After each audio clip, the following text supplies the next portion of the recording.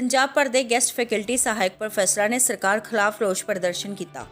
सूबे के सरकारी कॉलेजों को 18 तो 20 सालों तो चला रही गैसट फैकल्टी सहायक प्रोफैसर के रोजगार को खोने लिए पंजाब सरकार पब्बा पार होई फिरती है। एक पासे घर घर रोजगार देने का नारा लगा के नौजवानों को रोजगार मेलिया विच धक्के खाण लई मजबूर किया जा रहा है अते दूजे पासे ਜਿਹੜੇ नौजवान मुलाजम सरकारी कॉलेजों में निघिया तनख्वाहां ते काम करके सरकारी कॉलेजों को संभी बैठे सन, उन्होंने भी रोजगार तो वांझा करने लई सरकारी कॉलेजों में नवीं असामियां भरन का इश्तिहार जारी कर दिता गया है। पंजाब दैनिक न्यूज़ नाल गल करते हुए सरकारी कॉलेज ऑफ एजुकेशन जलंधर के गैसट फैकल्टी सहायक प्रोफैसर प्रभजोत कौर, गीतिका चौधरी, प्रियंका अग्निहोत्री और विनोद अहीन ने कहा कि पंजाब के 48 सरकारी कॉलेजों में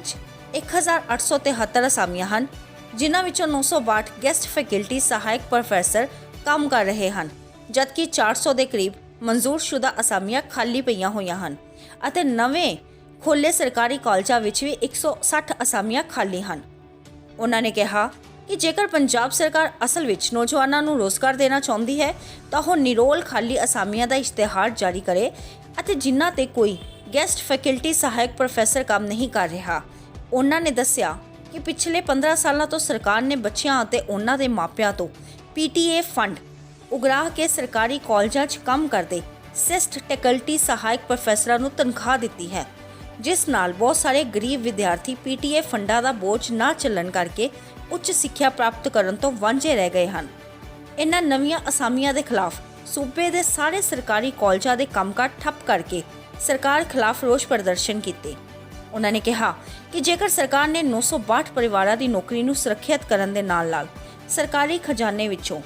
56,100 रुपए देने का ऐलान जल्द ना किया तो वह परिवारों ते भारतीय जथेबंदियों को नाल लैके तिखा संघर्ष करनगियां।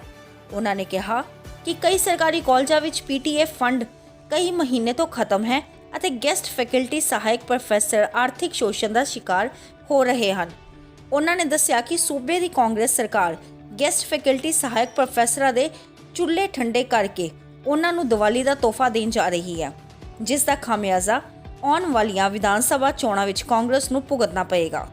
इस मौके पर प्रोफैसर प्रभजोत कौर, गीतिका चौधरी, विनोद अहीर और प्रियंका अग्निहोत्री मौजूद सन। पंजाब दैनिक न्यूज़ तो अनिल कुमार के नाल मुनीश तोखी की विशेष रिपोर्ट।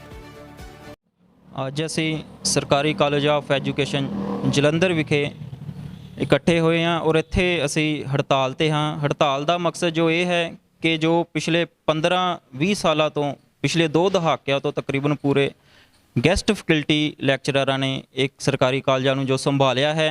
उन्हां दे खिलाफ उन्हां दियां ही असामियां के खिलाफ हुण सरकार जो नवीं पोस्टां कढ़न जा रही है, वो गैसट फैकल्टी पूरे दे पूरे 962 जो साडे सहायक प्रोफैसर हैं उन्हां दियां एक नौकरी ते उन्हां दे रोज़गार ते एक तरह वो लत्त मारन जा रही है सरकार। क्योंकि सरकार तो कह रही है भी घर घर का जो एजेंडा है, घर घर रोज़गार का जो एजेंडा सरकार ने शुरू किया है, वो तहत 1100 पोस्टां कट के सरकार तो बहुत खुशी नाल कह रही है कि असी बहुत वधिया काम किया है। पर उन्होंने ये नहीं पता कि जिहड़े 962 गैसट फैकल्टियां ने पिछले 2 दहाकिਆਂ तो सरकारी कॉलेज में बचाया होया है और वो भी सरकार जो तनख्वाह है वो भी उन्होंने PTA फंड के विचों जिहड़ी है दित्ती जाती सी। अज तक सरकार ने उधर कोई मूँह नहीं किया, उन्होंने भविख नूं हजे तक नहीं सुधारिया गया। वो हाले भी अपन फाइलां लैके कदी किसी दफ्तर कदी किसी दफ्तर असीं फिर रहे हैं, पर अज तक सरकार ने साडी कोई सुनवाई नहीं की हैगी। पर हुण जो नवीं पोस्टां कट के सरकार कह रही है कि असीं घर घर रोज़गार का एजेंडा पूरा कर रहे हैं, ये बिल्कुल गलत है। सियासत जिहड़ी है बहुत गलत नीतियां लैके आ रही है, क्योंकि 962 गैसट फैकल्टी सहायक प्रोफैसर के ढिड ते लत्त मार के नवीं पोस्टां कढ़ना ये सरासर गलत है। और ये बहुत ही एक